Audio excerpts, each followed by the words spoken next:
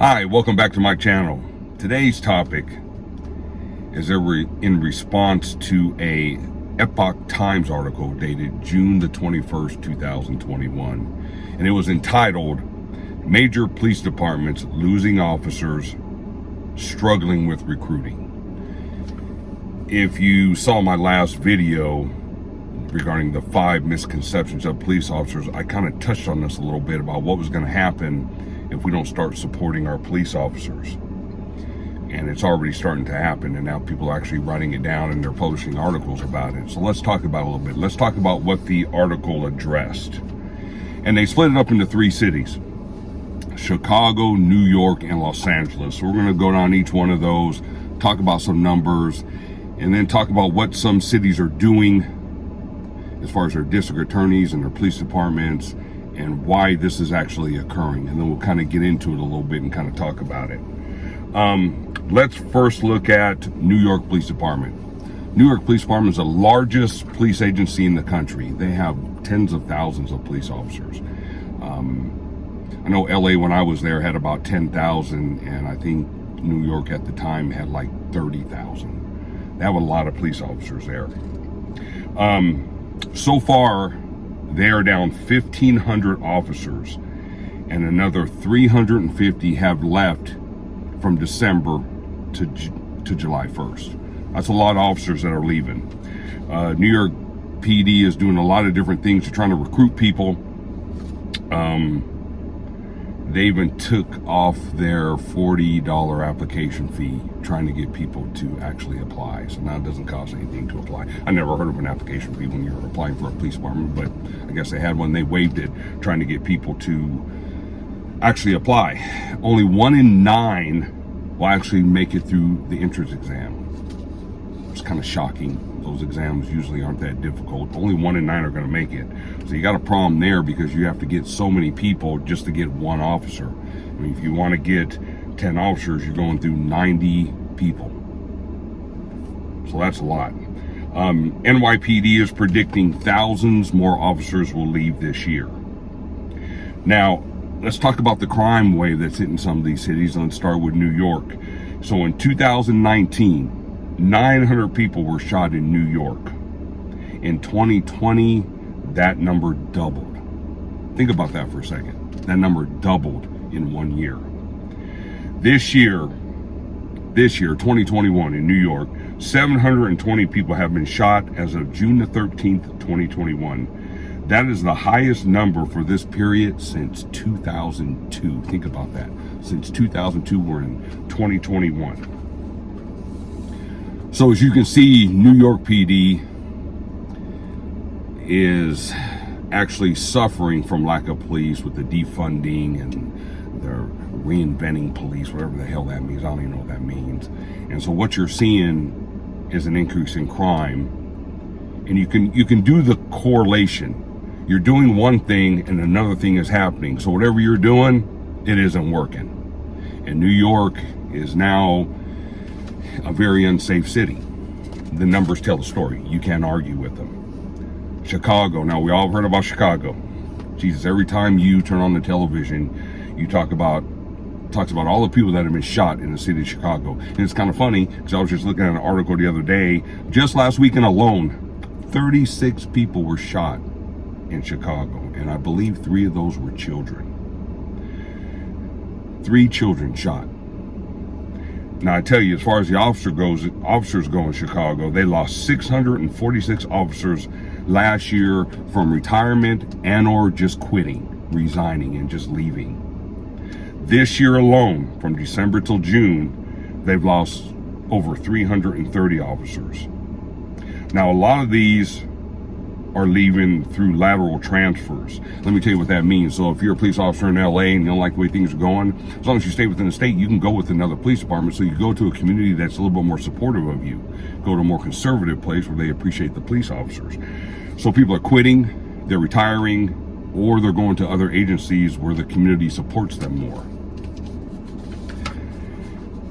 So they're saying the reason for the reason why officers are leaving, because it's the lack of support from the city. Now, we all know Chicago's mayor, Lori Lightfoot. We all know how she feels about police officers and her weird way of governing, which is not working. Murders and shootings in Chicago are up 50%. So you want to know what the problem is? You can reinvent all you want. You can defund all you want. You can reform the justice system all you want. You can decarcerate, which is a new word I'll be getting into in a minute, all you want. But guess what? Criminals are going to be criminals, and they don't care what name you spin on it or what fancy little political term you throw at it. Because you tell me what all that has to do with reducing crime. Absolutely nothing. And you're seeing it in the numbers. Now I want to talk about Los Angeles, and I know a little bit about LA because I worked there. I worked the streets of Los Angeles for years. I know the crime there. We all know that LAPD has been defunded. I think they said about 150 million. So let me tell you what that's equated to. So you defund the LAPD. Yeah, that'll solve the problem. Take money from them. And I'm sure that'll reduce crime. I don't know how they get the correlation between those two, but politicians do what they do. Makes no sense. Los Angeles has lost 600 officers since 2019. Okay, the city is down to 9,444 officers. And I can tell you when I was there, we were at about 10,000. So we're down from when I was there years ago. So listen to these numbers. Over 13,000 people were shot fatally and or non-fatally in Los Angeles in 2020. 13,000. Think about that for a second. This year, from December to June, 626 people have been shot in Los Angeles. Now think about this.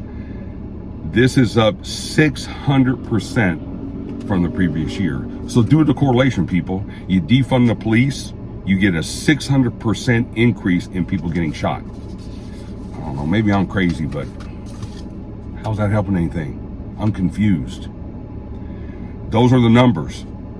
Now let's talk about what's happening in these cities and everywhere in the country. Now, for my example, I'm going to use Los Angeles. I'm from there. I know a little bit about the city and the liberal politics that plays into all this. But I want to narrow this down.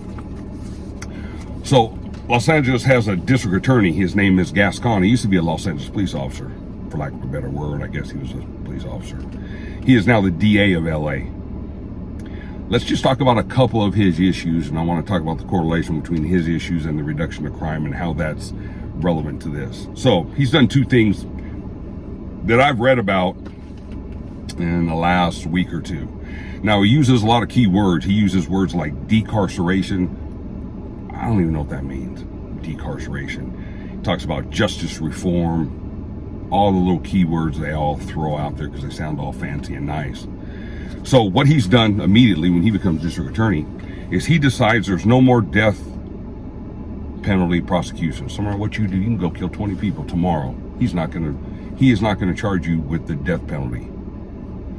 I don't know how that's reducing crime. Maybe I'm just dumb. Maybe I don't get it. So whatever you do in LA and LA County, you're not going to get the death penalty. They don't care. Which makes no sense to me, but who knows? But here's the other thing. He's also got this new rule where it's a theft rule of 950. So if you steal anything under 950, don't tell me how they came up with that number. It makes no damn sense. How do you come up with a $950 number? But he did. 950, he will not prosecute. So here's what you got. You got people going into LA restaurants, sitting down, ordering a meal, partying it up, eat, drink, do something, keep it under 950. Then they get up and they walk out. Now you're a business owner. You're a business owner. What do? You can't call the police. They're not gonna do anything. Sorry, we don't prosecute for that. And even if you could arrest them, they'll dismiss it immediately. So you're not getting your money back. It's crazy. There's a lot of different things that have been happening around the country where you can see where this is taking effect. Let's talk about I think it was a Walgreens in San Francisco where a guy walks in there with a big trash bag. He's riding a bike actually. Rides the bike in, unloads all the stuff into a trash bag. Security guards actually watching him. They don't even call the police because I guess they don't arrest them there. He takes all the merchandise from Walgreens. I think it was a Walgreens or a CVS, I'm not sure. And then he walks out. Nobody does nothing. lawlessness, just nothing. You can just walk in and steal. They're not going to prosecute you. But here's the one that really bothered me today.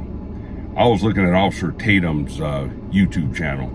He's got a good video up, and the video shows an officer, and I don't know what city it is, it didn't say.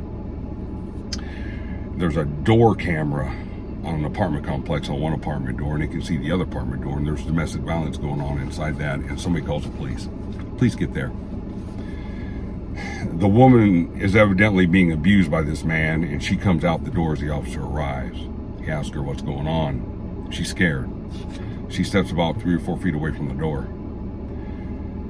The officer then approaches the door, and husband opens the door. As he opens the door, he has a gun in his hand, a handgun. It's like a revolver. And she's saying, "Oh, no, you're not going to shoot me, are you?" You know what the officer does? He says, "Sir, you don't want to do that." He turns around and runs down the stairs. Now you start asking yourself, why does he do that? Well, a lot of different reasons. Here's the first one. First of all, no excuse for it. And it's funny because when the officer runs down the stairs, he then approaches his wife who's outside the apartment door, and she looks at him and says, "You're not going to shoot me, are you?" Well, the officer's already out the door and gone. There's no excuse for that. Don't do the job. You signed up for that. Do something. Don't leave those people there to be victimized with an abusive husband with a gun. I mean, what the hell's going on? I'm confused already here. But anyway, let me elaborate on this a little bit. It was a black suspect and a white police officer. So you know what he's probably thinking? And by the way, this is no excuse. I don't excuse this for nothing. He's probably thinking, okay, I shoot him. I'm a racist. I go to prison. Okay, you know what? Maybe I'll just run down the stairs. I couldn't believe I was watching it. This is the most incredible thing I've ever seen. It's crazy. This is getting out of hand. I'll tell you what, when you call the police and they run from you, it'll start affecting you, and you'll see why this is such a big issue. You got a couple issues here. Who would want to be a cop? And there's a lot of different reasons. One, you got DAs that aren't prosecuting crimes. Nobody's going to stand behind you. Everything's color-based. So if you're a white police officer and you shoot a black guy with a gun, you have to worry about being called a racist, getting fired, and being tried in the public view and in the court systems, because they're all on board with it. The judges are on board with it. The DAs are on board with it. You're going to be a sacrificial lamb. You're going to be hanging out to dry. So however police are going to do their job when they worry about going to prison. And here's the thing, when that officer was running down the stairs, that bad guy could have shot him in the back or in the back of the head, no problem. He just didn't, and I don't know why. Here's the other thing. What quality of police officers are you going to get now? Because here's the deal. People aren't going to apply. And then the people that are going to apply are not going to be your best. So here's what you're doing. You're lowering the standards. You got all this racial overtone now on everything that doesn't belong in police work. I covered that in my last video. Police don't respond because of the color of your skin. They respond because of a radio call. Color has nothing to do with it. If people don't want to be police, crime will increase. That's cause and effect. This isn't rocket science, people. It's cause and effect. If DAs aren't going to prosecute, then we live in a lawless society. And you may say to yourself, well, doesn't look lawless now. Well, stand by, because it's coming. It's coming. And all you so-called woke people, you know, you people in Hollywood, you know, the ones who saying you hate walls and hate guns, but you live in a mansion and you have armed security guards and a wall around your house. You people don't know what you're talking about. So just imagine all of this going on, and the whole time, you know what the government's talking about? We got to take your gun. Okay, so here's the deal. We're not going to prosecute crimes. We're not going to arrest people for crimes. We don't have enough police officers. Crime is going through the ceiling. Oh, and I know what we want. Let's have your guns. This is getting out of hand. We got to do something, people. This is crazy. I've been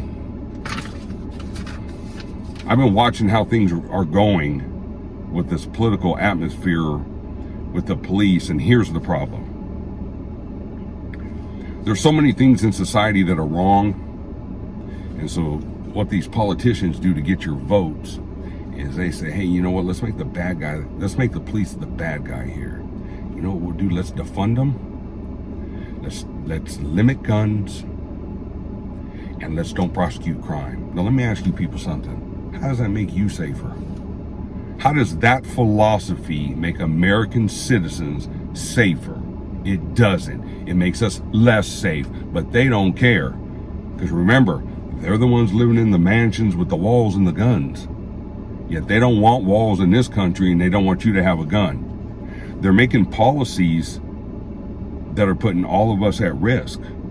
I mean, what happens when cities cannot recruit people to fulfill these positions? What happens to us? And when they start using, words like social justice, justice reform, decarceration, how is that creating safety for all of us?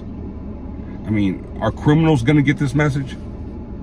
Are they going to get this message that now we're social reforming and we're decarcerating? Hell no. They want something, they're going to come take it from you. That's why they're criminals.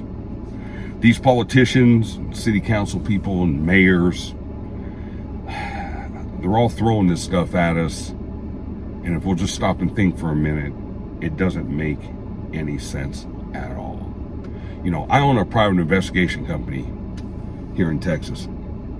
And how does this affect, people like me? Well, my job is to go out and gather evidence on criminal cases and civil cases. And what's that? Why are people going to need to hire me if the judges aren't doing their job, the DAs aren't doing their job, the courts aren't doing their job, the police aren't doing their job? Who needs information when there's no enforcement? I mean, this is definitely a problem, and we need to start waking up. I'd really like to hear your comments on this. I'd really like to hear what's going on in your city and some of the changes that you're seeing being done in your community to make it less safe. My name is David Watson from Watson PI Services, helping people navigate through difficult circumstances.